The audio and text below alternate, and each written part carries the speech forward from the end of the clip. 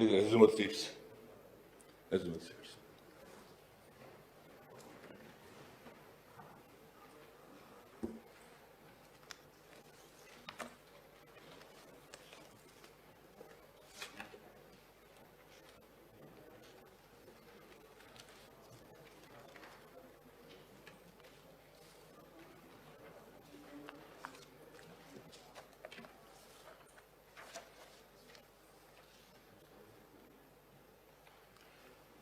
గౌరవ సభ్యులందరికీ మనవి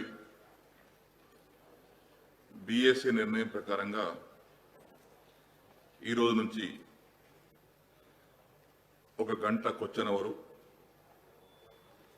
ఒక అరగంట జీరో అవరు, దాని తర్వాత టీ బ్రేకు, దాని తర్వాత షార్ట్ డిస్కషన్. గౌరవ సభ్యులకు, గౌరవ మంత్రివర్గ సభ్యులకు నా యొక్క విజ్ఞప్తి, 1 అవర్ లోపల క్వశ్చన్ అవర్ ముగించుకోవాలి. ప్రశ్నలు అడిగేవారు కానీ జవాబు చెప్పేవారు కానీ సూటిగా అడగండి, సూటిగా సమాధానాలు చెప్పండి. అయితే 1 అవర్లో మనం క్వశ్చన్ అవర్ను పూర్తి చేసుకోగలుగుతాం. కాబట్టి దీనికి గౌరవ సభ్యులందరూ కూడా సహకరించవలసిగా కోరుకుంటూ, ఈరోజు కరోనా పైన కూడా చర్చ ఉంది కాబట్టి బిల్స్ ఇంట్రడ్యూస్ అయిన తర్వాత సభ్యులు దీన్ని గమనించవలసిందిగా మరొకసారి విజ్ఞప్తి చేస్తూ, నా question number 440 minister for BC welfare.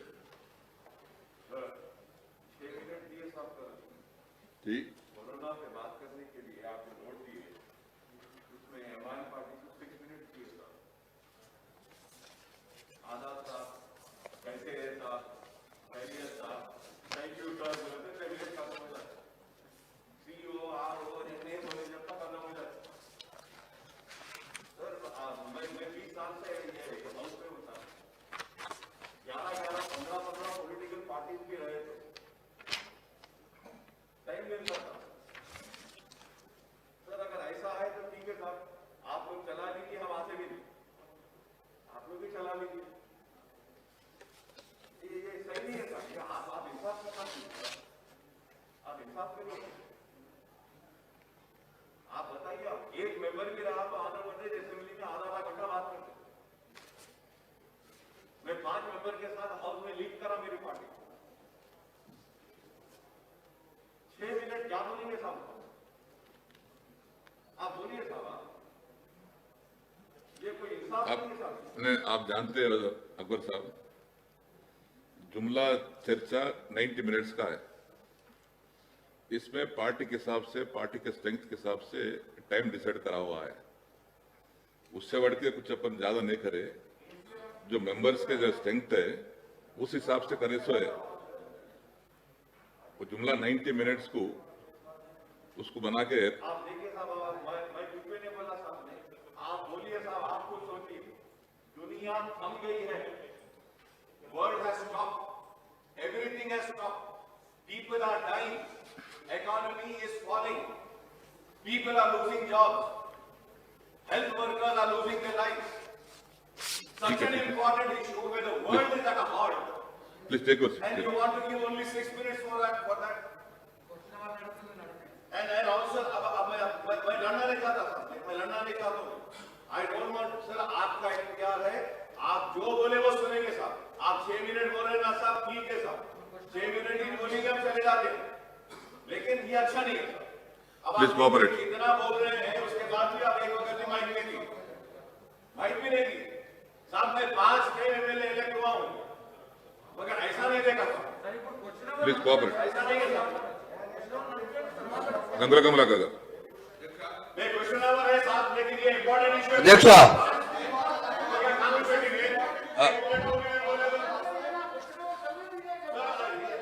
ఏ ప్రశ్నకు సమాధానంగా ప్లీజ్ కోఆపరేట్, 2014-15 నుండి okay kindly look into it. और इतना बोलने के बाद आप माइक भी नहीं देते आप। नहीं क्वेश्चन और है ना सब माइक नहीं देना sir. Sir, it's an important. You have laid a paper. You have laid a paper. If you want to go by the rule, I will take out the rule book and also Please. mention the rule number Question- and what the rule says. Question और own दीजिए I can protest on that. नहीं question और own दीजिए अकबर साहब. Question और नहीं साहब. आप 6 मिनट देंगे. आप 6 मिनट में क्या बोलेंगे सर? प्लीज कोऑपरेट अकबर साहब. Sir, Please I'm cooperate. sorry to say, sir. Please cooperate. If this is how democracy is going to. Please run, cooperate, Akbar sahab. God save the democracy in the house. అధ్యక్ష ఏ ప్రశ్నకు సమాధానంగా 2014-15 నుండి इतना important मसला आप बोले क्यों रखे ना साहब? प्लीज कोऑपरेट साहब. 2014-15 నుండి 2020-21లోని ఈ తేదీ వరకు బీసీలు, ఈబీసీలు, ఎస్సీలు, ఎస్టీలు, మైనార్టీలకు కళ్యాణ లక్ష్మి కానీ షాదీ ముబారక్ పథకాల ద్వారా కానీ ఇప్పటి వరకు 7,14,575 కుటుంబాలకు ప్రయోజనం పొందినాయి. అందులో బీసీ సంక్షేమ శాఖకు సంబంధించి 3,04,206 కుటుంబాలకు గాను, మైనార్టీ సంక్షేమ శాఖ ద్వారా 1,62,079 కుటుంబాలకు గాను, గిరిజన సంక్షేమ శాఖ ద్వారా 94,193 కుటుంబాలకు కానీ, షెడ్యూల్ కులాల అభివృద్ధి శాఖ ద్వారా కానీ 1,54,097 కుటుంబాలకు మొత్తం కలిపితే 7,14,575 కుటుంబాలకు కానీ కుటుంబాలకు కళ్యాణ లక్ష్మి కానీ షాదీ ముబారకు ఈ కుటుంబాలకు వర్తింపబడ్డాయి. అధ్యక్ష బి ప్రశ్నకు సమాధానంగా 2014-15 నుండి 2020-21లోని ఈ తేదీ వరకు బీసీలు, ఈబీసీలు, ఎస్సీలు, ఎస్టీలు, మైనార్టీల కోసం కళ్యాణ లక్ష్మి కానీ షాదీ ముబారక్ పథకాల ద్వారా ఇప్పటివరకు 5,556.44 కోట్ల మొత్తాన్ని ఈ ప్రభుత్వం ఖర్చు చేసిన. అధ్యక్ష దానికి గాను ఈరోజు బీసీ సంక్షేమ శాఖ ద్వారా 2,523.68 కోట్లు, మైనార్టీ సంక్షేమ శాఖ ద్వారా 1,197.65 కోట్లు, గిరిజన సంక్షేమ శాఖ ద్వారా 701 కోటి, షెడ్యూల్ కులాల అభివృద్ధి శాఖ ద్వారా 1,134 కోట్ల రూపాయలు మొత్తం కలిపితే అధ్యక్ష 5,556 కోట్ల రూపాయలు ఇప్పటివరకు ఈ ప్రభుత్వం కళ్యాణ లక్ష్మి కానీ షాదీ ముబారక్ ద్వారా ఇన్ని కుటుంబాలకు ఇన్ని కోట్ల రూపాయలు ఖర్చు చేయండి. అధ్యక్ష శ్రీమతి హరిప్రియ భానుత్ గారు. ధన్యవాదాలు అధ్యక్ష. అధ్యక్ష ఎత్ర నార్యస్తు పూజ్యంతే రమంతే తత్ర దేవతః. స్త్రీలు పూజింపబడిన చోట దేవతలు ఉంటారంటారు. కానీ ఆ స్త్రీనే ఒక నిరుపేద కుటుంబంలో ఆడబిడ్డగా పుడితే ఈరోజు ఆ నిరుపేద కుటుంబానికి వాళ్ళ తల్లిదండ్రులకు పెళ్ళి అనేది ఒక భారంగా భావిస్తున్న సందర్భంలో గౌరవ ముఖ్యమంత్రి గారు ఇచ్చినటువంటి వరమే ఈ కళ్యాణ లక్ష్మి షాదీ ముబారక్. అధ్యక్ష బడుగు బలహీన హరిజన గిరిజన మైనారిటీ బ్యాక్వర్డ్ కుటుంబాలకి ఈ కళ్యాణ లక్ష్మి అనేది ఒక వరంగా మారింది. అధ్యక్ష అయితే ఈ పథకం ఈ పథకం ద్వారా ఎన్నో సామాజిక ప్రయోజనాలు కూడా ఉన్నాయి. అధ్యక్ష బాల్య వివాహాలని అరికట్టగలిగాము, భ్రూణ హత్యలు కూడా తగ్గినాయి. అధ్యక్ష అయితే ఈ చెక్కులు ఇచ్చే సమయంలో ఎంతోమంది నిరుపేద కుటుంబాల తల్లిదండ్రులు వాళ్ళ కళ్ళ నిండా నీళ్లు నింపుకొని వాళ్ళ గుండె నిండా మరి ధైర్యంతో కేసీఆర్ సార్ మా దైవము అనేసి చెప్పిన సందర్భాలు ఎన్నో ఉన్నాయి. అధ్యక్ష అయితే ఈ నిరుపేద కుటుంబాలకు ఈ ఏదైతే అమౌంట్ అందే విషయంలో కొంత జాప్యం అనేది జరుగుతూ ఉంది. అధ్యక్ష మరి ఆ జాప్యం అనేది లేకుండా వారి పెళ్లి రోజున కానీ లేదు అని అంటే కనీసం పెళ్ళైన తర్వాత ఒక నిర్దిష్ట గడువులో కానీ మరి ఈ మొత్తాన్ని అందించే విధంగా భవిష్యత్తులో ఏమన్నా ప్రతిపాదనలు ఉన్నాయా అనేసి గౌరవ మంత్రి గారిని అడుగుతున్నాను. అధ్యక్ష పద్మదేవేందర్ గారు. ధన్యవాదాలు అధ్యక్ష. మరి పేదింటి ఆడబిడ్డ పెళ్లి కోసం ఆ పెళ్లికి చేయూత ఇచ్చి ఆ తల్లిదండ్రులకు అండగా నిలవడం కోసం మరి గౌరవ కేసీఆర్ గారు కళ్యాణ లక్ష్మి పథకాన్ని తీసుకురావడం జరిగింది. మరి దీన్ని 50,000తో మొదలుపెట్టి 75,000, తదనంతరము 1,116,000ను ఇప్పుడు ఆ పేదింటి ఆడబిడ్డ పెళ్లి నిమిత్తం ఖర్చు చేయడం జరుగుతూ ఉంది. దేశంలో ఎక్కడ కూడా లేనటువంటి పథకం, చాలా మంచి పథకం సార్. దీని ద్వారా మరి బాల్య వివాహాలను కూడా అరికట్టుకోగలిగినాము. అంతేకాకుండా ముఖ్యంగా మేము మొన్న భయపడినది ఎందుకంటే ఇంత ఆర్థిక మాంద్యంలో, అదేవిధంగా కరోనా సమర్థవంతంగా ఓవైపు ఎదుర్కొంటూనే ఎక్కడ కూడా సంక్షేమాన్ని ఆపకుండా కళ్యాణ లక్ష్మి పథకాన్ని కూడా కొనసాగిస్తూ మొన్నటికి మొన్న నా నియోజకవర్గంలో దాదాపు 700-800 మందికి కళ్యాణ లక్ష్మి చెక్కులు పంపించి రావడం జరిగింది అధ్యక్ష. దీనికి మన ముఖ్యమంత్రి గారికి ధన్యవాదాలు తెలియజేస్తా ఉన్నాను. ఎందుకంటే ఎంత ఇబ్బందికరమైన పరిస్థితులు ఉన్నప్పటికీ కూడా ఈ సంక్షేమ పథకాన్ని ఆపకుండా కొనసాగించడం అనేది ఒక గొప్ప విషయంగా భావిస్తాను. అయితే దీంట్లో కొన్ని గతంలో మంత్రి గారు కూడా మాకు ఆన్సర్స్ చేయడం జరిగింది అధ్యక్ష. కానీ ఇంకా 2-3 కొన్ని పర్టికులర్ క్వశ్చన్స్ మీ ద్వారా మంత్రి గారిని అడగదలుచుకున్నాం అధ్యక్ష. ఒకటి, బర్త్ సర్టిఫికేట్ దగ్గర చాలా ఇబ్బందికరమైన పరిస్థితులు ఎదుర్కొంటున్నారు ఇప్పటి వరకు కూడా. చదువుకోలేని వాళ్ళు ఎక్కడి నుండి సర్టిఫికేట్ తీసుకురావాలి, ఎందుకంటే స్కూల్ నుండి తీసుకురాలేరు. వారికి హాస్పిటల్ నుండి తీసుకొస్తే కొన్ని సందర్భాల్లో రిజెక్ట్ అవుతా ఉంది. కాబట్టి దానిలో కొంచెం ప్రొవిజన్ ఏదైనా స్పెషల్గా పెడితే బాగుంటుంది అనేది ఒకటి అధ్యక్ష. రెండవది ఏంటంటే లవ్ మ్యారేజెస్ చేసుకుంటున్నారు, ఇంటర్ కాస్ట్ మ్యారేజ్ చేసుకుంటున్నారు. ఆ సందర్భంలో తల్లిదండ్రులు యాక్సెప్ట్ చేయట్లేదు ఆ మ్యారేజ్ని. ఆ సందర్భంలో ఆ అమ్మాయికి కళ్యాణ లక్ష్మి పథకము వర్తిస్తలేదు. కాబట్టి దీనికి కూడా ఇంకేమన్నా ప్రొవిజన్ లాంటిది పెట్టుకుంటే బాగుంటుంది అనేది కూడా నేను మీ ద్వారా మంత్రి గారిని అడుగుతున్నాను అధ్యక్ష. ఇంకొకటి, జిల్లాల వారీగా వివరాలు ఇచ్చినారు అధ్యక్ష.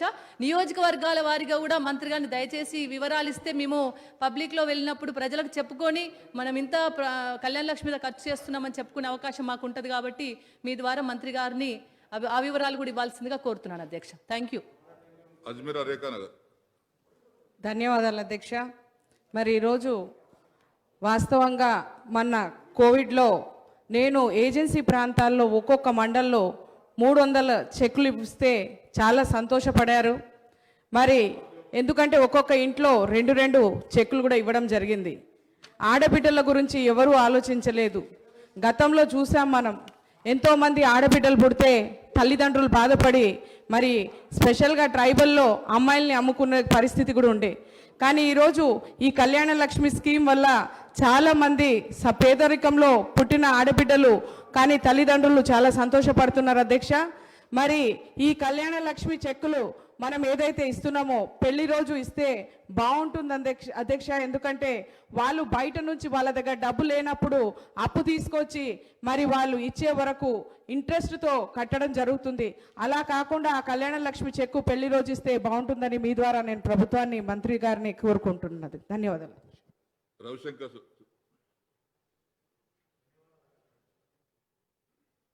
అధ్యక్ష, క్వశ్చన్ అడగండి. సార్ 18 ఏళ్ల కింద ఉన్నటువంటి పరిస్థితులు అధ్యక్ష, ములుగు జిల్లా బాధ్యత ఒకసారి గుర్తుకొస్తుందన్న అధ్యక్ష.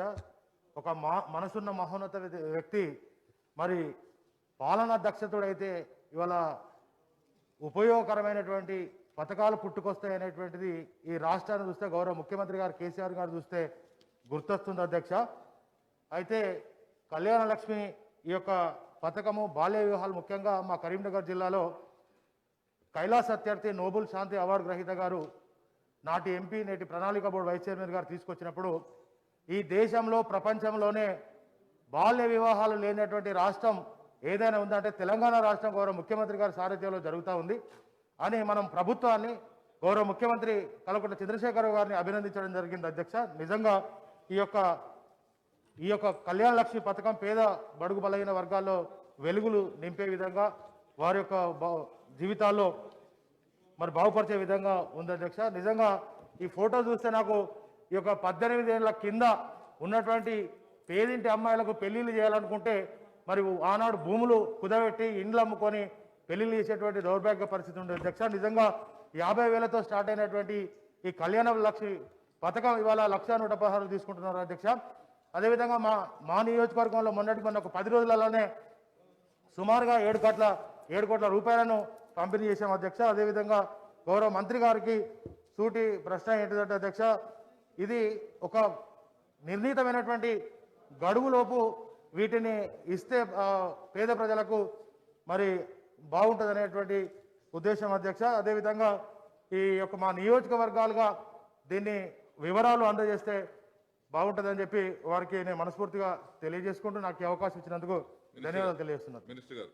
అధ్యక్ష, గౌరవ సభ్యురాలు హరిప్రియత భాను గారు, పద్మాదేవేంద్ర రెడ్డి గారు, రేఖానాయక్ గారు, రవిశంకర్ గారు, వీరు ఈ సభ్యులు ఎవరు అడిగిన కూడా ఒకటే అధ్యక్ష.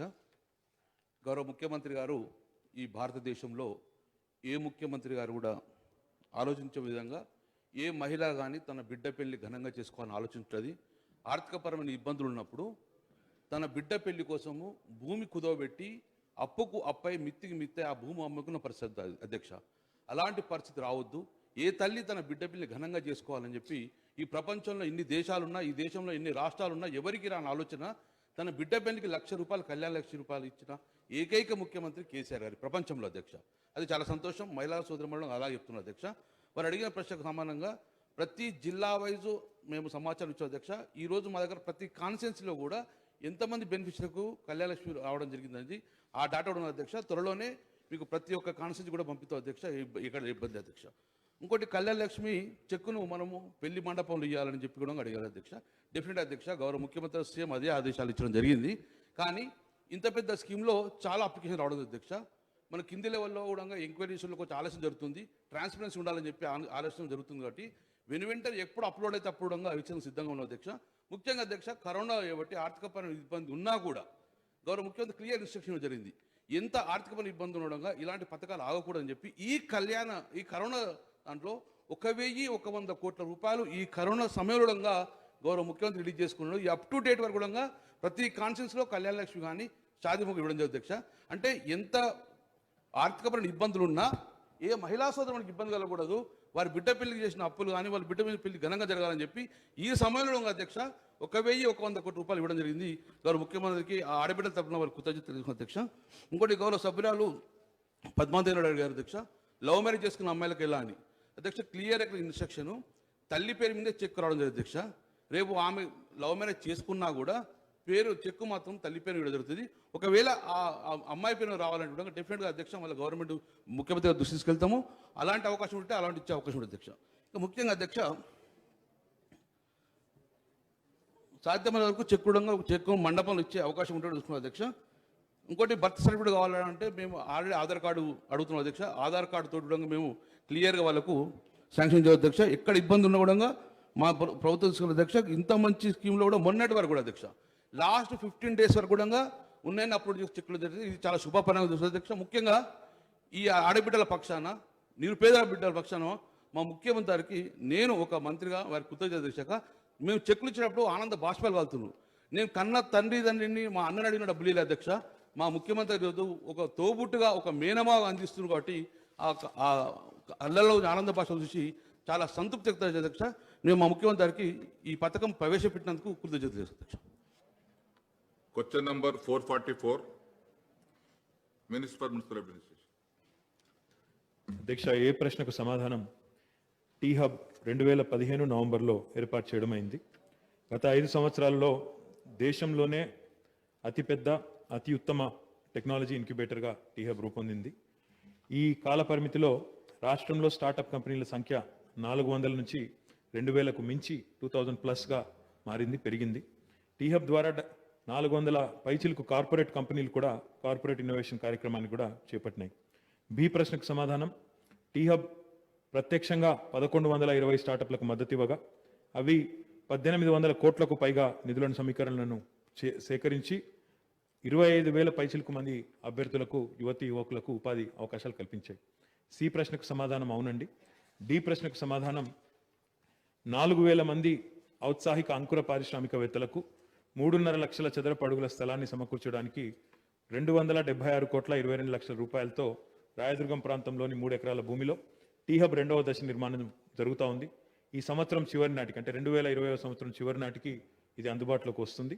నిర్ణీత సమయంలో ఏకకాలంలో 1000 పైచిలకు స్టార్టప్లను ఏకకాలంలో టీ హబ్ 2వ దశలో మనం ఒకే సెంటర్లో చూసుకోవడానికి అవకాశం ఉంటుంది.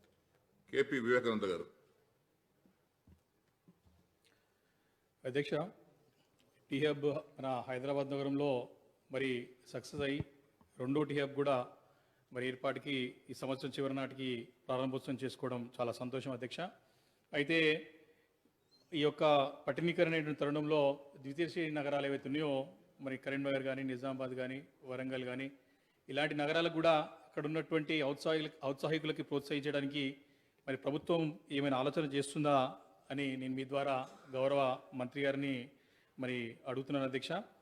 అదేవిధంగా అధ్యక్ష, ఈ యొక్క ఇన్సెంటివ్స్ కూడా సుమారు 1120 స్టార్టప్లకు మద్దతు ఇస్తే మరి 1800 కోట్లు కూడా సమీకరణలు రావడం చాలా సంతోషం. దాని ద్వారా 25,000 మంది అభ్యర్థులు కూడా మరి ఉపాధిని వచ్చిందని చెప్పి గౌరవ మంత్రి గారి సమాధానంలో స్పష్టంగా తెలుస్తోంది అధ్యక్ష.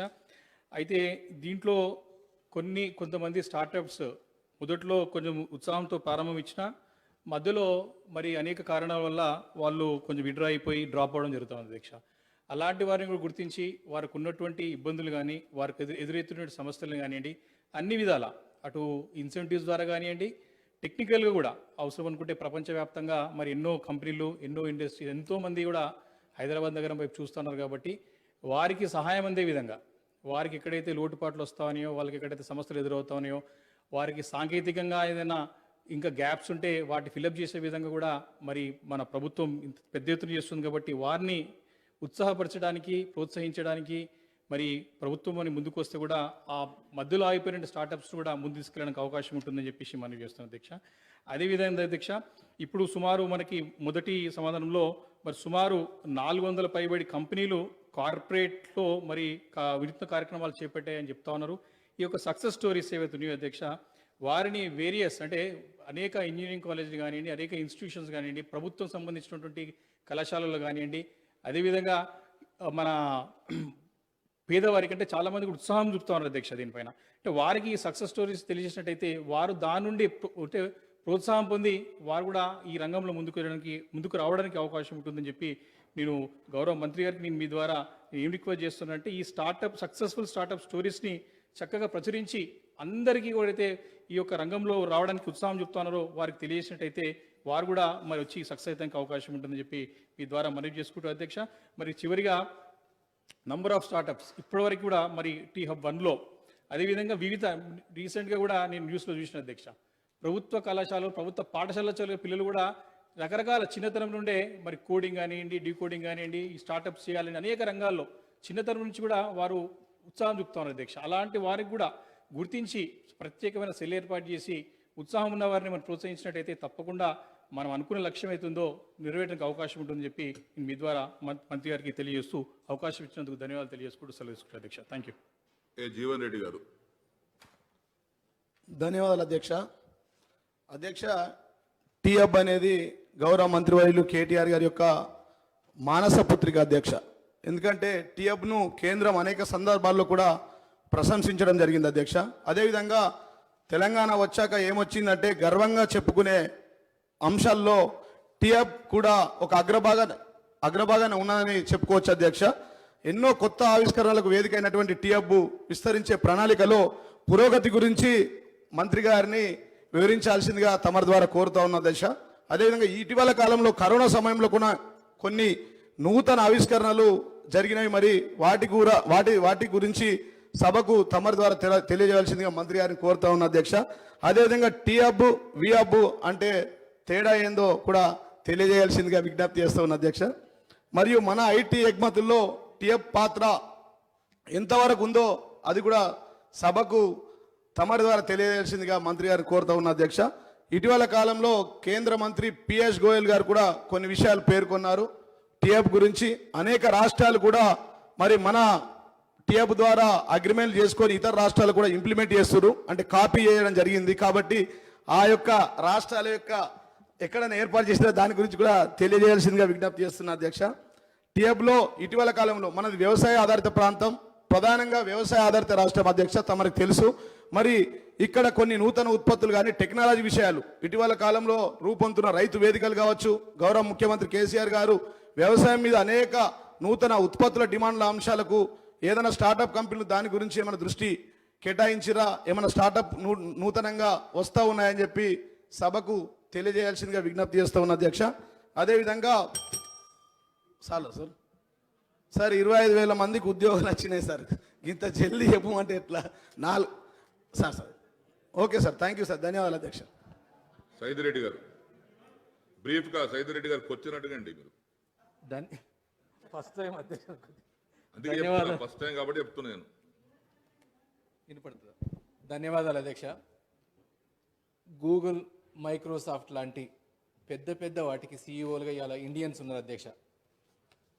అంత పెద్ద వాటికి ఇక్కడే చదివినరు, ఇక్కడ చదివి అక్కడికి పోయి సీఈఓలుగా అయినరు. వీటన్నిటికీ ఇక్కడ కాకపోవడానికి కారణం ఏంటంటే మన దగ్గర ఒక ఎకో సిస్టమ్ అనేది లేకపోవటం.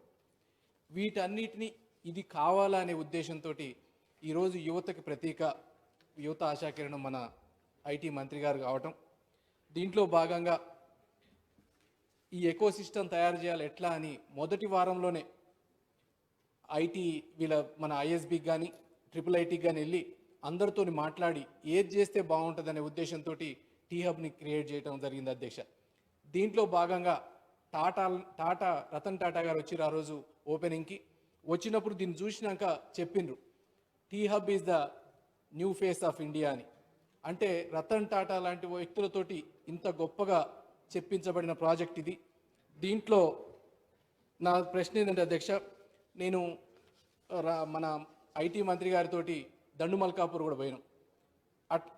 యువ పారిశ్రామికవేత్తలని చేయటానికి, అట్లనే ఈ బ్రాండ్ హైదరాబాద్ బ్రాండ్ ఇండియా అని చేయటానికి ఒక ప్రణాళిక జరిగిందంటే దేశం మొత్తం మీద ఫస్ట్ ప్రాజెక్ట్ టీ హబ్.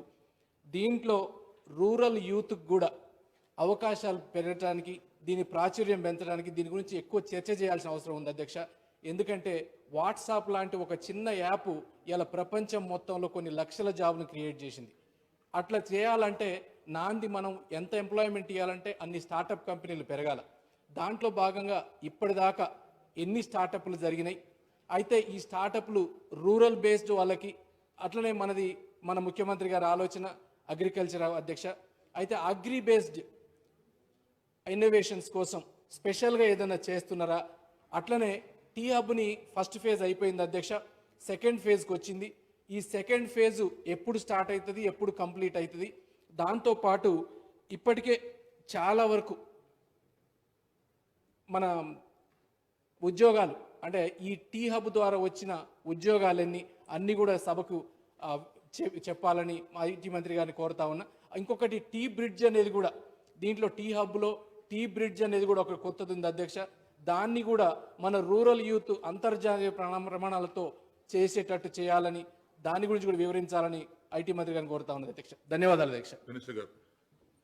అధ్యక్ష, గౌరవ సభ్యులు వివేకానంద్ గారు ఏదైతే అడిగారు అధ్యక్ష, మనం దాదాపుగా హైదరాబాద్ కేంద్రంగా ఉన్న టీ హబ్నేమో 2వ దశ 2020 సంవత్సరం చివరి నాటికి అందుబాటులోకి వస్తుంది అధ్యక్ష. అదే రకంగా కరీంనగర్లో, నిజామాబాద్లో, ఖమ్మంలో, వరంగల్లో, మహబూబ్నగర్లో ఈ అన్ని పట్టణాలు కలిపి ఒక్కొక్క చోట పెద్ద ఎత్తున డబ్బులు కూడా 40 కోట్లతో కరీంనగర్లో, నిజామాబాద్లో 50 కోట్లతో, వరంగల్లో దాదాపు ఒక 60 కోట్లతో ఈ రకంగా మనం పెద్ద ఎత్తున డబ్బులు రాష్ట్ర ప్రభుత్వమే సమకూర్చి ఈ second tier cities, tier 2 towns ఏవైతే ఉన్నాయో అక్కడ కూడా రూరల్ ఇన్నోవేటర్స్, సోషల్ ఇన్నోవేషన్ కూడా రావాలన్న ఉద్దేశంతో చాలా పెద్ద ఎత్తున ఈ కార్యక్రమాలన్నింటినీ కూడా ఎంకరేజ్ చేస్తూ ఉన్నాం అధ్యక్ష. అధ్యక్ష, వారు వివేకానంద్ గారు కార్పొరేట్ ఇన్నోవేషన్ సక్సెస్ స్టోరీస్ని షోకేస్ చేయమన్నారు, తప్పకుండా చేస్తాం అధ్యక్ష. వీటితో పాటు మన రాష్ట్రంలో కేవలం హైదరాబాద్కి పరిమితం కాకుండా ఇన్నోవేషన్ అనేది కాలేజీల్లో, అదేవిధంగా స్కూళ్ళల్లో, హై స్కూళ్ళల్లో కూడా ఉండాలన్న ఉద్దేశంతో తెలంగాణ స్టేట్ ఇన్నోవేషన్ సెల్ అనే ఒక సంస్థను కూడా స్థాపించాం అధ్యక్ష. దానికి ఒక చీఫ్ ఇన్నోవేషన్ ఆఫీసర్ కూడా ఉన్నారు. వారి ఆధ్వర్యంలో ఇంటింటా ఇన్నోవేటర్ అనే ఒక కార్యక్రమం కూడా ప్రయత్నం చేస్తూ ఉన్నాము. తద్వారా ఆగస్టు 15 నాడు జిల్లాల వారీగా మరి యంగ్ ఇన్నోవేటర్స్ని, రూరల్ ఇన్నోవేటర్స్ని కూడా ఎంకరేజ్ చేస్తూ ఉన్నాం అధ్యక్ష. 120 కాలేజీలు, అదే రకంగా వందల సంఖ్యలో స్కూళ్ళల్లో ఇప్పటికే ఈ కార్యక్రమం నడుస్తూ ఉంది. ఇంకా కూడా దీన్ని వ్యాపింపజేసే ప్రయత్నం చేస్తాం అధ్యక్ష. వీటితో పాటు జీవన్ రెడ్డి గారు వి హబ్ గురించి అడిగారు అధ్యక్ష. ఇది విమెన్ అంటే ఇంక్లూజివ్ గ్రోత్ ఉండాలి, ఇన్నోవేషన్లో కూడా ఇంక్లూజివ్ అప్రోచ్ ఉండాలన్న ఉద్దేశంతో మహిళా ఔత్సాహిక పారిశ్రామికవేత్తలను కూడా మనం ఎంకరేజ్ చేసే దిశగా మరి వి హబ్ అనే ఒక ప్రత్యేక సంస్థను ఆనాడు గ్లోబల్ ఆంటర్ప్రినర్షిప్ సమిట్లో భాగంగా చేపట్టాం అధ్యక్ష. అది ఇప్పటికే విజయవంతంగా నడుస్తూ ఉంది. ఒక 8 రాష్ట్రాలతో ఇప్పటికే మనం MOUs కుదుర్చుకున్నాం అధ్యక్ష, అంగీకార పత్రాలు కుదుర్చుకున్నాం. ఆ రాష్ట్రాలన్నిటికీ కూడా ఇన్నోవేషన్లో మనం పార్ట్నర్గా వారితో ముందుకు పోతా ఉన్నాం. అందులో గోవా ఉంది, ఢిల్లీ ఉంది, అస్సాం ఉంది, ఇంకా చాలా రాష్ట్రాలు, చాలా సంస్థలు ఉన్నాయి అధ్యక్ష. వ్యవసాయానికి సంబంధించిన ఏమైనా కార్యక్రమాలు చేస్తున్నారని అడిగారు మిత్రులు జీవన్ రెడ్డి గారు, అదే రకంగా సైదిరెడ్డి గారు అధ్యక్ష. మనము ఇక్కడ ఇక్రిసాట్ అనే ఒక సంస్థ ఉంది అధ్యక్ష. ఇక్రిసాట్లో ఐ హబ్ అనే ఒక సంస్థ, ఇన్నోవేషన్ హబ్ అనే సంస్థను కూడా మనం ప్రారంభించుకున్నాం.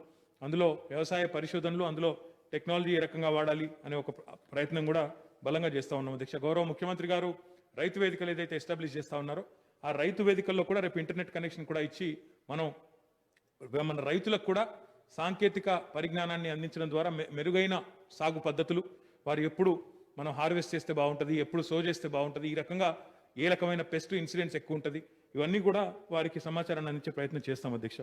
వీటితో పాటు సైదిరెడ్డి గారు మరి నేను ఇందాక చెప్పాను అధ్యక్ష, డిసెంబర్ 2020 సంవత్సరానికి 2వ దశ సిద్ధమవుతుంది. టీ బ్రిడ్జ్ అనే సంస్థ ద్వారా మనం టీ హబ్లో ఒక అంతర్భాగం అది. దాని ద్వారా కూడా ఇతర దేశాల నుంచి కూడా వచ్చే స్టార్టప్లని మనం ఆహ్వానించడం, మన పిల్లలు కూడా ఇతర దేశాలకు వెళ్లే విధంగా ఒక మాధ్యమాన్ని, ఒక వారధిని మరి టీ బ్రిడ్జ్ ద్వారా కూడా నిర్మాణం చేస్తూ ఉన్నాం అధ్యక్ష. వీటితో పాటు Telangana academy for skill and knowledge అనే సంస్థ ద్వారా ఈ పిల్లలందరికీ కూడా ఔత్సాహికులు ఎవరైతున్నారో వారికి కూడా ప్రోత్సాహం ఇస్తా ఉన్నాం. ఈ రకంగా భారతదేశంలోనే ఏ రాష్ట్రము చేయనంత మరి పెద్ద మొత్తంలో ఈ ఉత్సాహవంతులైన యువతీ యువకులకు అంకుర పరిశ్రమలను స్థాపించే వారందరికీ కూడా మన ప్రభుత్వం ఇస్తున్నంత పెద్ద ఎత్తున ప్రోత్సాహం ఏ ప్రభుత్వం కూడా ఈ దేశంలో ఇవ్వడం లేదని చెప్పడానికి కూడా నేను సంతోషిస్తా ఉన్నాను అధ్యక్ష. Question number 424, Minister for Minority Welfare. అధ్యక్ష, ఏ ప్రశ్నకు అవును సార్, బి ప్రశ్నకు లేదు సార్, సి ప్రశ్నకు ఈ ప్రశ్న ఉత్పన్నం కాదు sir. Janab Akbaruddin sir. Honorable Speaker, sir. Sir, I would like to ask you questions to Honorable Minister for Minority Welfare, sir. Sir, first and foremost, sir, for the question B, the question about whether it is also a fact that the state government has not initiated action to issue Gazette notification for the second survey of land. For the reply and answer was no, sir.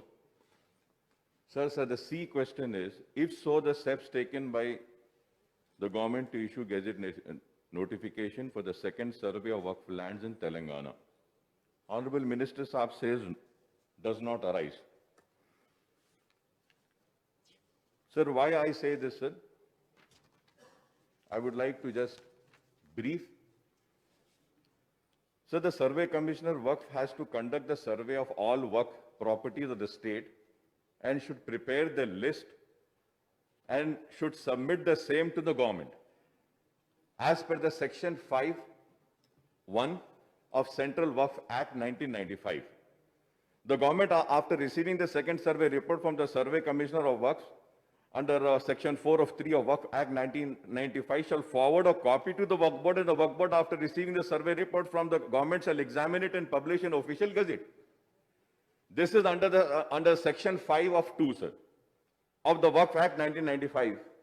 Moreover, all the entries which have been made in second survey report of Waqf are in official capacity, supported by valid legal documents, and this office is standing with the claim and such as a question of an question has been asked, sir, and the reply given is does not arise. How can it be, sir? Sir, एक कायदा है, एक कानून है जो मैं आपको पढ़ के सुनाया. इसके हिसाब से ये प्रोसीजर को अडॉप्ट करना पड़ता है और प्रोसीजर को अडॉप्ट करके आपको नोटिफाई करना पड़ता है. और मिनिस्टर साहब बोल रहे डज नॉट अराइज. सर, इसी वजह से वक्फ प्रॉपर्टीज तबाह हो रही हैं, बर्बाद हो रही हैं साहब. कोई पुरसाने हाल नहीं है sir. Sir, I would like to ask few more questions, sir. The first question is, in the second survey, I would like to know as to total how many Waqf institutions were visited and inspected. One, sir. Second question, how many acres of land was identified in the second survey of Waqf land? Third question, sir, what are the documents verified and supported in the claim for Waqf land, sir, to be Waqf land, sir, by the Waqf Board? Sir, I would also like to know, sir, the fourth question, the signature of MRO is compulsory on the survey reports of the second survey of Waqf lands or not? Sir, fifth question, till date, how many second survey Waqf institutions land files were cleared and pending with the revenue department, sir? Sir, I would also like to know what are the reasons the government has not taken any process to notify Gazette the second survey, the land which were identified in the second survey, sir. Sir, I would like to have a specific answers for this question, sir. Sir, Honorable Speaker, sir, ये हो रहा ये साहब कि ये अब आप देखिए सर, ये रिपोर्ट 2014 में दी गई सर, 2014 से लेके 2020 आ गया साहब. रिपोर्ट देने के बाद the due procedure is the Waqf Board's employee should go verify, reconcile with the Revenue Department, then give it to the government. Government has to issue a notification, and if any objection comes and no objection comes, then the gazette has to be published.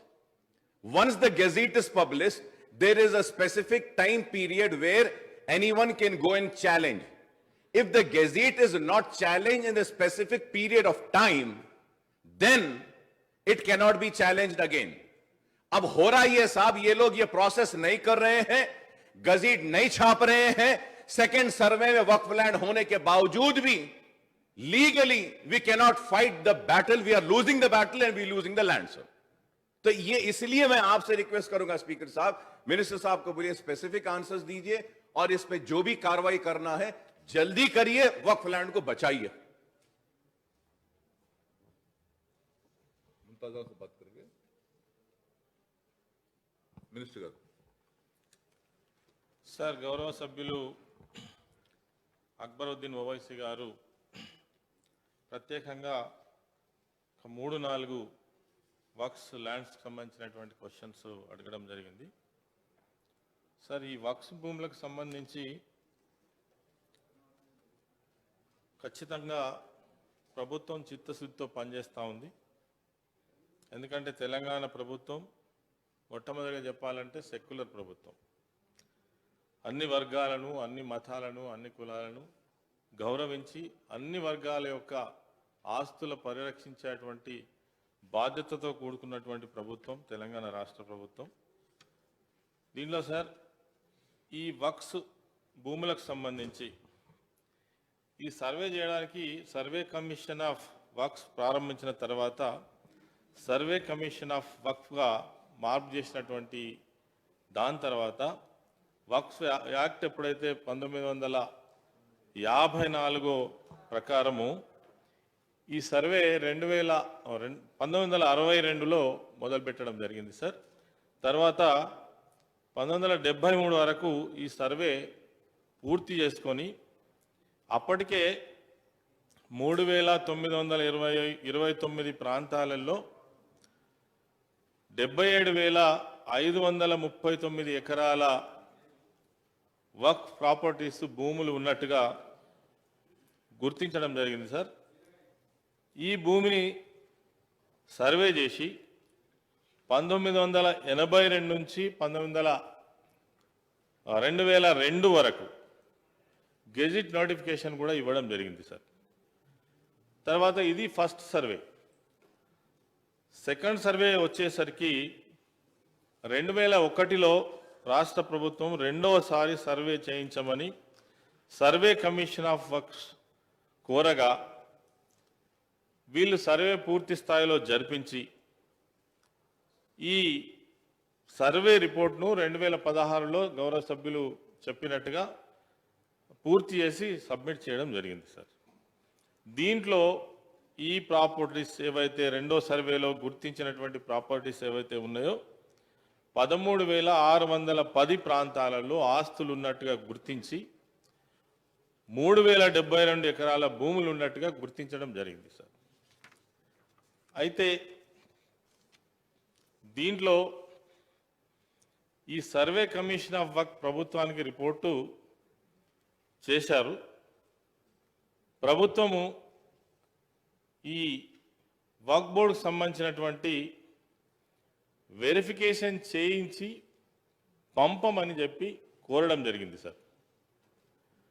ఈ verification చేయించిన తర్వాత వాళ్ళు మళ్ళీ పంపించడం జరిగింది sir. పంపిస్తే వక్ఫ్ board of survey రిపోర్ట్ను అనేక అభ్యంతరాలు ఇందులో ఉన్నాయి సార్. ఈ అభ్యంతరాలు ఉన్నటువంటి రిపోర్ట్ను పంపించడం జరిగింది. దీన్ని మనం మరి గెజిట్ నోటిఫికేషన్ పంపలేము కాబట్టి స్పెసిఫిక్గా ఒక్కొక్క ప్రాపర్టీ వైజ్గా ఆస్తుల వారిగా మీరు పర్ఫెక్ట్గా మరి ఈ అభ్యంతరాలన్నీ తొలగిస్తూ మళ్ళీ రిపోర్ట్ చేయమని చెప్పేసి ప్రభుత్వం కోరింది సార్. అది ఈ వెరిఫికేషన్ మరి స్క్రీనింగ్ చేసి వక్ఫ్ బోర్డు ప్రభుత్వం గెజిట్ నోటిఫికేషన్ పంపవలసి ఉంది. మరి ఆ పని జరుగుతూ ఉన్నది సార్. తర్వాత రెండో సర్వేలోని ప్రాంతాలను ఇప్పుడు వెరిఫై చేస్తున్నారు. ఆ పని కంటిన్యూషన్లో ఉన్నది సార్. అదేవిధంగా ఈ వక్ఫ్ చట్టంలో ఉన్నటువంటి విషయం ఒకసారి చూసినట్టయితే, ఒకసారి కనుక ఏదైనా వక్ఫ్ ప్రాపర్టీ ఈ గెజిట్లోకి వచ్చినట్టయితే దీన్ని మార్పు చేయడానికి అవకాశం లేదని చెప్పేసి మరి యాక్ట్లో ఉన్నది సార్. అందుకనే తొందరపడి చేసే విషయం కాదు కాబట్టి దీంట్లో మరీ వెరిఫికేషన్ చేస్తూ దీన్ని పూర్తి చేయడం జరుగుతూ ఉంది సార్. అదే విధంగా కాబట్టి జాగ్రత్తతోటే ఈ పని చేయడం జరుగుతూ ఉంది. అదేవిధంగా కొంత సమయం కలిసినప్పటికీ కూడా దీన్ని ఖచ్చితంగా పూర్తి చేసే అటువంటి బాధ్యత ప్రభుత్వం తీసుకుంటుంది సార్. తర్వాత ఇప్పటికే దీనికి సంబంధించినటువంటి చాలా చర్యలు కూడా తీసుకోవడం జరిగింది. ఇందాక గౌరవ సభ్యులు చెప్పినట్టు ఇవన్నీ ఆకుపోతున్నాయి, మరి వీటికి రక్షణ లేదు అని ఏవైతే గౌరవ సభ్యులు చెప్పినారో, ఇప్పటికే ఈ డిస్ట్రిక్ట్ వక్ఫ్ ప్రొటెక్షన్ కమిటీస్ ఏర్పాటు చేయడం జరిగింది జిల్లా కలెక్టర్ ఆధ్వర్యంలో. మరి వీళ్ళు దానికి సంబంధించినటువంటి రికార్డ్స్ అన్ని కూడా స్క్రీనింగ్ చేస్తూ డిజిటలైజేషన్ చేస్తున్నారు. రాష్ట్ర ప్రభుత్వం మన వక్ఫ్ ఆస్తులకు పరిరక్షణ కోసం కేంద్ర ప్రభుత్వ సహాయం కోరగా వాళ్ళు ఐఐటి మరియు రూర్కీ సిడబ్ల్యూసి వారి సహకారంతో వక్ఫ్ భూములన్నింటినీ కూడా జియో ట్యాగింగ్ చేసే ప్రాజెక్టు చేస్తున్నారు. దీని కొరకు ఈ మార్కింగ్ తర్వాత డిమార్కేషన్ చేస్తూ ఇవన్నీ కూడా చేయడం జరుగుతాం సార్. తర్వాత ఈ జియో కోఆర్డినేట్స్ కూడా చేస్తూ ఈ ట్యాగింగ్ చేస్తూ ఈ ప్రాజెక్ట్ అంతా కూడా జరుగుతుంది సార్. తర్వాత ఇప్పటి వరకు ఈ రెండో సర్వేలో 13,151 ప్రాంతాలను గాను ఇప్పటికే దాదాపుగా 4,126 ఆస్తులకు సంబంధించినటువంటి వాటిని క్లియర్ చేస్తూ తర్వాత వీటిని దాదాపు పూర్తి చేయడం జరిగింది సార్. ఇంకా మిగిలిన ఎంత ఉంది అని అంటే 9,025 ఆస్తులకు సంబంధించినటువంటి వివరాలు సేకరించవలసి ఉన్నది. దీనికి సంబంధించి కూడా పని జరుగుతూ ఉంది. తర్వాత ఈ కోవిడ్ లాక్డౌన్ సందర్భంగా కూడా కొంత డిలే జరిగింది 6 నెలల నుండి.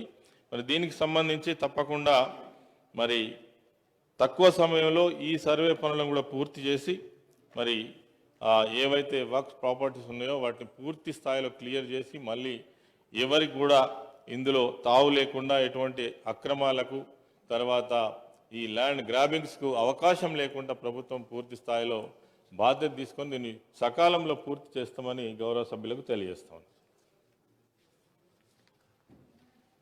Akbar sir. Speaker, sir. So through you, I would like to thank the Minister for giving a detailed reply on this subject, sir.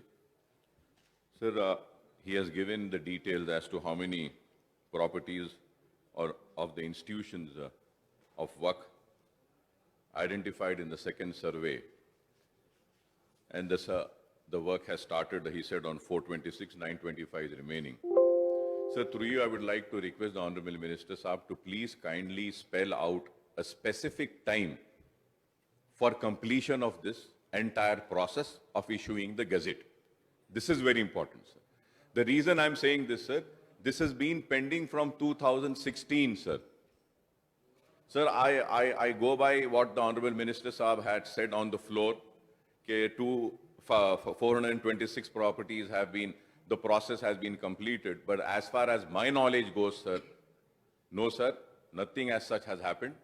Always the Waqf board says that they don't have employees to do this work and the files have not been sent. Anyway, I go by with the Honorable Minister Saab is saying, I might be wrong, he's correct because he's saying it on the floor. Sir, I request that the government in the floor of this house, on my demand, had said, Honorable Chief Minister Saab had said, to protect the Waqf properties, we will give judicial powers to Waqf Board. So through you, I would like to ask the Minister Saab, Chief Minister का कि judicial powers देंगे वक्फ board को, ये वादा कब पूरा होगा, कब जुडिशियल पावर्स देंगे, कब वक्फ बोर्ड की जायदादों को बचाएंगे? Sir, for 20 years I have been screaming, shouting for waqf land. Sir, Microsoft, ISB, Wipro, everything has come on waqf land. Buildings पे building, international airport has come up on the waqf board land. तो पूरा board का lands पूरा जा रहा है साहब. तो जब तक जुडिशियल पावर नहीं देंगे, जब तक हम वक्फ प्रॉपर्टीज को बचा नहीं सकते. सर, अब ये फर्स्ट सर्वे में ऑलमोस्ट 77,000 एकर्स ऑफ लैंड है सर. के 426 प्रॉपर्टीज हैव बीन सर्वे के 400 बोले कि 3,072 acres of land has been identified. अगर 13,000 are the institutes, sir. 13,000 are the total institute who have Waqf land. But the acreage of Waqf land is 3,000, sir.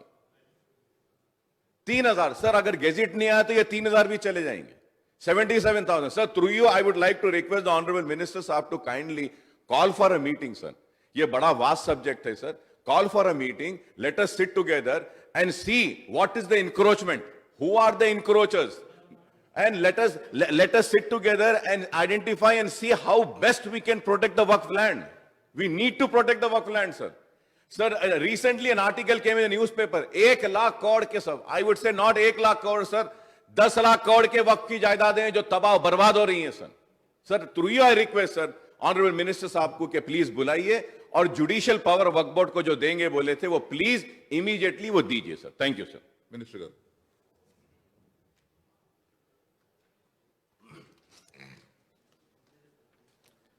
Sir, గౌరవ సభ్యులు అక్బరుద్దీన్ ఓవైసీ గారు చెప్పినట్టు డెఫినెట్గా కొంత డిలే జరిగిన మాట వాస్తవమే సార్.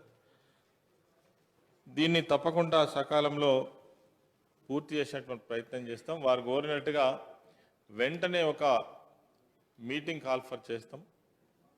తప్పకుండా వారికి దీంట్లో ఉన్నటువంటి సాధక బాధకాలన్నింటినీ కూడా చర్చించిన తర్వాత అధికారులతో పూర్తి నివేదిక తీసుకున్న తర్వాత దీన్ని మళ్ళీ రీస్టార్ట్ ఎట్లా చేసి దీన్ని ఎట్లా ప్రొటెక్ట్ చేయాలనేటువంటి తప్పకుండా ప్రయత్నం చేస్తాం.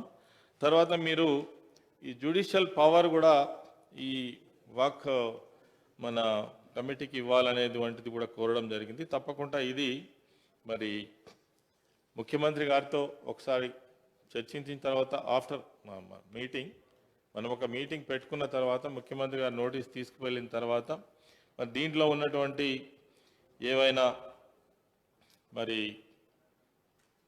లా డిపార్ట్మెంట్ సంబంధించినటువంటి జ్యుడిషియల్ పవర్స్ ఏ విధంగా ఉన్నాయి, ఇవ్వచ్చునా ఇవ్వరాదా, వీటన్నిటిని కూడా పరిశీలించిన తర్వాత తప్పకుండా మీరు కోరినట్టుగా మరి చర్యలు తీసుకోవడం జరుగుతుందని గౌరవ సభ్యులకు తెలియజేస్తూ, ఇంకొక విషయం ఏమిటంటే మీరు అన్నట్టుగా అన్యాక్రాంతం అవుతున్నటువంటి విషయంలో ప్రభుత్వం కూడా చాలా చిత్తశుద్ధితో పనిచేస్తూ ఉన్నది. దీనికి సంబంధించి ఇప్పటికే దాదాపు ఈ అక్రమాలు చేసినటువంటి వాళ్ళను కూడా గుర్తించి వాళ్ళపైన కేసులు పెట్టడం కానీ, నోటీసులు ఇవ్వడం కానీ, వాళ్ళను వెకేట్ చేయించేటువంటి ప్రయత్నం చేయడం కూడా పెద్ద మొత్తంలో జరుగుతూ ఉంది.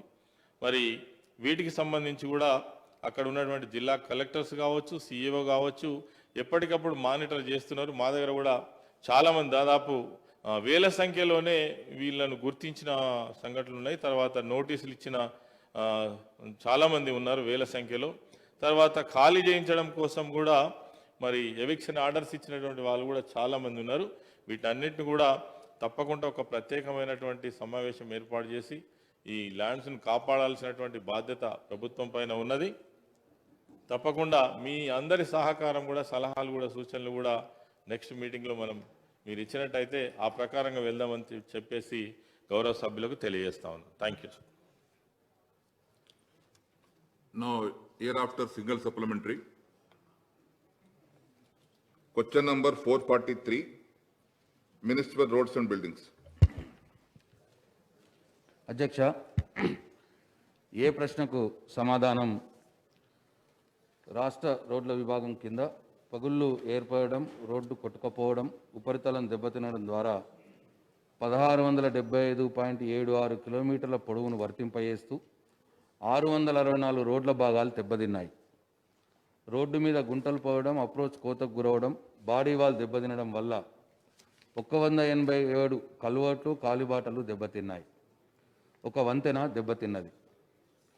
జాతీయ రహదారుల కింద తెలంగాణ రాష్ట్రంలో ఇటీవల వర్షాలు, వరదల వల్ల తెలంగాణ రాష్ట్రంలోని జాతీయ రహదారులు, వంతెనలు, కాలిబాటలు మొత్తం 40 భాగాలు దెబ్బతిన్నాయి. బి ప్రశ్నకు సమాధానం రాష్ట్ర రోడ్ల కింద పగుళ్ల వల్ల దెబ్బతిన్న రోడ్లను పునరుద్ధరించడమైనది. వివరాలను అనుబంధం ఏ రూపంలో సభాపక్షంలో ఉంచడమైంది. దెబ్బతిన్న రోడ్డు భాగాలు, కాలిబాటలు, కల్వర్ట్లు, వంతెనల మరమ్మతులు, పునర్నిర్మాణం కోసం అంచనాలను రూపొందించడమైనది. జాతీయ రహదారుల కింద ట్రాఫిక్ అంతరాయ ప్రదేశాల్లో జాతీయ రహదారులపై దెబ్బతిన్న భాగాలను తాత్కాలిక పునరుద్ధరణ పనిని ఆర్ఎండ్బి శాఖ పూర్తి చేసింది. జాతీయ రహదారులపై గుంటలను కూడా పూడ్చడమైంది. తాత్కాలిక శాశ్వత పునరుద్ధరణ కోసం నిధులను కేటాయించడానికి రాష్ట్ర పీడబ్ల్యూడి, ఎన్హెచ్ఏఐ కింద జాతీయ రహదారులపై దెబ్బతిన్న భాగాల వివరాలను హైదరాబాద్లోని మోర్తు, హైదరాబాద్లోని ఎన్హెచ్ఏఐ ప్రాంతీయ అధికారికి పంపడమైనది. సి ప్రశ్నకు సమాధానం వివరాలను అనుబంధాల రూపంలో సభాపక్షంలో ఉంచడమైంది. అనుబంధం ఏ, బి రాష్ట్ర రోడ్లకు సంబంధించిన వివరాలు, అనుబంధం సి జాతీయ రహదారులకు సంబంధించిన వివరాలు. బాలకృష్ణ గారు అధ్యక్ష, క్వశ్చన్ అడిగిన టైం తక్కువ ఉంది. ఓకే అధ్యక్ష, ఒక్కటే క్వశ్చన్ అడుగుతా అధ్యక్ష.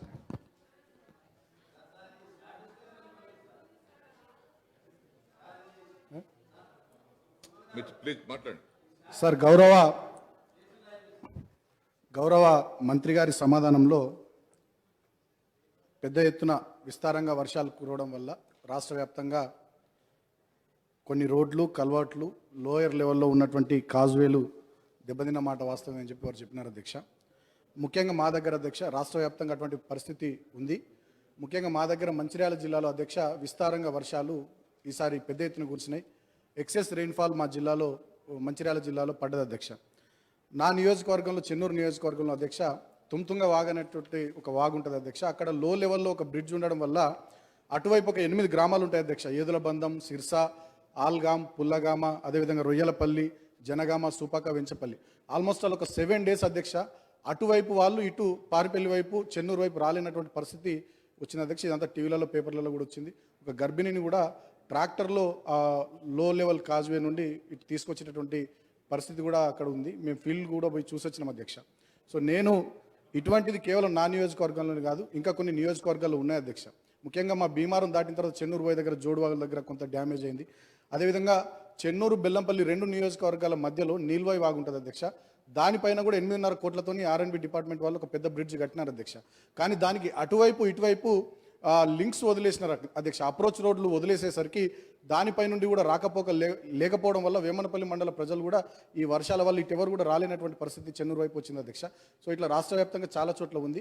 కాబట్టి నేను తమరి ద్వారా గౌరవ మంత్రి గారిని అడిగే ప్రశ్న ఏంటంటే, ఇటువంటి అన్నీ కూడా మీరు నివేదిక ఆల్రెడీ తెప్పించుకుంటున్నాం అని అన్నారు. సో జాతీయ రహదారులకు సంబంధించి, లో లెవెల్లో ఉన్నటువంటి కాజ్వేలకు సంబంధించి, బ్రిడ్జ్లకు సంబంధించి, కల్వర్ట్లకు సంబంధించి, అదేవిధంగా రొడ్డాంలకు సంబంధించి ఎప్పటికల్లా మరమ్మతులు మీరు చేపించగలుగుతారు? ఎప్పటికల్లా వీటన్నిటిని వీలాంటి తొందరలో పూర్తి చేస్తే బాగుంటుంది. ఎప్పటికల్లా పూర్తి చేస్తారో తమరి ద్వారా గౌరవ మంత్రి గారి నుండి నేను సమాధానాన్ని ఆశిస్తూ, చాలామంది శాసనసభ్యులు పెద్దలందరూ కూడా దీనిపైన డిస్కషన్ కోరుతూ ఉన్నారు. ప్రభుత్వం అంగీకరిస్తే, తమరు అనుమతిస్తే డిస్కషన్ కూడా. థ్యాంక్ యూ అధ్యక్ష. మినిస్టర్ గారు.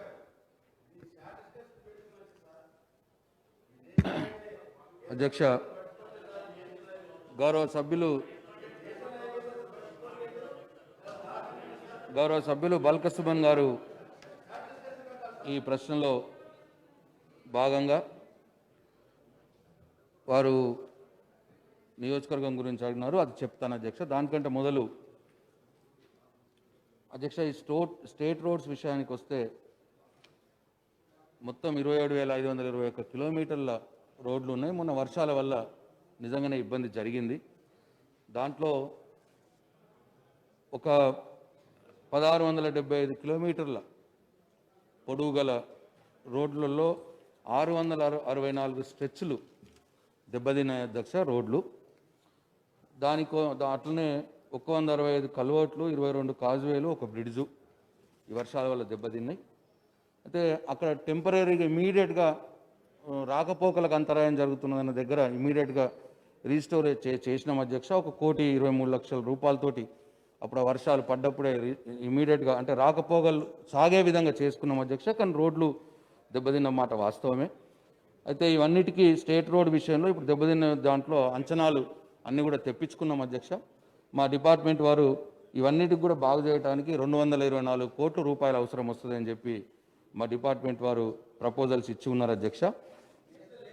అట్లనే ప్రపోజల్స్ ఇచ్చున్నారు అధ్యక్ష. దీన్ని మరి పరిశీలించి తగు చర్య తీసుకోబడుతుందని చెప్పి తమ ద్వారా గౌరవ సభ్యులకు తెలియజేస్తున్నాను. అట్లనే నేషనల్ హైవేస్ విషయంలో ఈ రాష్ట్రంలో మొత్తం 3,824 కిలోమీటర్ల నేషనల్ హైవేస్ ఉంటే దాంట్లో 1,550 కిలోమీటర్లేమో R&B కంట్రోల్లో ఉన్నది అధ్యక్ష. 2,273 కిలోమీటర్లేమో NHAI ఆధ్వర్యంలో ఉన్నాయి. అయితే ఇక్కడ కూడా వర్షాలు పడకన్న మొదలే సభ్యులు చెప్పినట్టు చాలా మట్టుకు నేషనల్ హైవేస్ మెయింటెనెన్స్ జరగట్లేదు అధ్యక్ష. నేషనల్ హైవేస్ వారు మరి డబ్బులు విడుదల చేయట్లేదు. ఎన్నిసార్లు రిక్వెస్ట్లు పంపించినా అది అరణ్య రోదన అవుతూ ఉన్నది సెంట్రల్ గవర్నమెంట్ నేషనల్ హైవేస్ వారికి. ఎన్నిసార్లు మళ్ళీ వాళ్ళు మన స్టేట్ హైవేస్ నేషనల్ హైవేస్ మార్చుకున్నారు, నంబరింగ్ అయింది, అంత అయింది, మెయింటెనెన్స్ మాత్రం డబ్బులు ఇవ్వట్లేదు. అయితే మేము అడుగుతూ ఉన్నాం. అయితే ఈ పర్టికులర్గా ఇప్పుడు అట్లా వర్షాల కంటే మొదలు దెబ్బతిన్నాయి ఐడెంటిఫై చేసుకొని మొత్తం ఒక 29 స్పాట్స్ 29 హైవేల మీద మరి దెబ్బతిన్నాయని చెప్పి ఐడెంటిఫై చేసుకుని దానికి 214 కోట్ల రూపాయలు నిధులు అవసరము అని చెప్పి ఈ గత సంవత్సరం నుంచి వాళ్ళు నేషనల్ హైవేస్ వారికి పలు దఫాలుగా మేము పంపిస్తూనే ఉన్నాం. కానీ ఇంకా మేము వెయిట్ చేస్తూ ఉన్నాం, రావట్లేదు నిధులు. దానివల్ల కొద్దిగా ఇబ్బంది జరుగుతూ ఉన్నది. అయితే ఈ వర్షాల వల్ల మాత్రం 23 హైవే రోడ్ల ఈ వర్షాల వల్ల మాత్రం ఒక 18 రోడ్ స్ట్రెచ్లో R&B కంట్రోల్ ఉన్న నేషనల్ హైవేస్లో 18 రోడ్ స్ట్రెచ్లో మరి దెబ్బతిన్నది. అట్లనే నేషనల్ హైవే NHAI ఆధీనంలో ఉన్న రోడ్స్ పైన హైవేస్ పైన 22 స్ట్రెచ్లలో దెబ్బతిన్నది. ఈ రెండుటికి కూడా మరి పూర్తి చేయడానికి ఇటు మోర్తువారికి ఇటు నేషనల్ హైవేస్కి ఇద్దరికి కూడా మేము 155 కోట్ల రూపాయలు ఖర్చు అవుతుంది అని చెప్పి వర్షాల వల్ల దెబ్బతిన్నాయి, ఖర్చు అవుతుంది, తొందరగా పంపించండి అని చెప్పి వారికి నివేదిక పంపించడం జరిగింది. వారి కోసం వెయిట్ చేస్తూ ఉన్నాం అధ్యక్ష. ఏదైనా మళ్ళీ ఒకసారి నేషనల్ హైవేస్ని గట్టిగా పరిశీలి చేసి ఇటు వర్షాల వల్ల దెబ్బతిన్నాయి మరమ్మతులు కావచ్చు, వర్షాల కంటే మొదలే యాజ్ ఇట్ ఈజ్గా కూడా వాళ్ళు పీరియాడికల్ రిన్యువల్ చేయాల్సి ఉంటుంది నేషనల్ హైవేస్ని, కానీ వాళ్ళు చేయట్లేదు, డబ్బులు రిలీజ్ చేయట్లేదు. ఈ రెండు విషయాల్లో మళ్ళీ కేంద్ర ప్రభుత్వాన్ని నేషనల్ హైవే అథారిటీస్ని మళ్ళీ పరిశీలి చేస్తాం అధ్యక్ష. ఇక ఈ సుమన్ గారు అడిగినట్టు వారి నియోజకవర్గంలో లోతున వాగు కింద లో లెవెల్ బ్రిడ్జ్ వల్ల 9 గ్రామాల ప్రజలు రాకపోకలు అంతరాయం జరిగింది అన్నారు. డెఫినెట్గా దాని మీద రిపోర్ట్ తెప్పించుకుంటాం అధ్యక్ష. అట్లా జోడువాగు, నీలవాయి వాగు అక్కడ కూడా ఇబ్బంది జరుగుతూ ఉన్నది అన్నారు. వారి నియోజకవర్గంలో ఒక బ్రిడ్జ్కి అప్రోచ్ రోడ్స్ లేవు, బ్రిడ్జ్ అయింది కానీ లింక్ అప్రోచెస్ లేవన్నారు. అట్లా కొన్ని దగ్గరలో ఉన్నాయి అధ్యక్ష. మరి అవన్నిటి కూడా రిపోర్ట్ తెచ్చుకొని తొందరలోనే తగు చర్యలు తీసుకోబడతాయని చెప్పి తమ ద్వారా గౌరవ సభ్యులకు మనం చేస్తాం అధ్యక్ష. Remaining questions are postponed due to 11 AM. వాయిదా ప్రతిపాదన. శ్రీ బట్టి విక్రమార్క మల్లు గారు మరియు ఇతరులు రాష్ట్రంలో కరోనా కారణంగా ప్రైవేటు పాఠశాలల్లో పనిచేస్తున్న టీచర్లకు జీతాల చెల్లింపు విషయం గురించి చర్చించాలని కోరుతూ ఇచ్చిన వాయిదా ప్రతిపాదనను తిరస్కరించడమైనది. ఈరోజు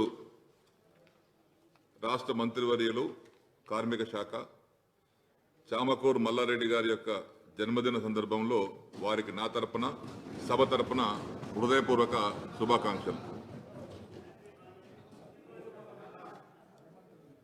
నా 0 ఓవర్ శ్రీ డి నాగేందర్ గారు, దయచేసి 0 ఓవర్ కూడా అరగంటని కేటాయించి జరిగింది. సభ్యులు సమయాన్ని దృష్టి పెట్టుకొని మాట్లాడాల్సి విజ్ఞప్తి చేస్తా ఉన్నాను.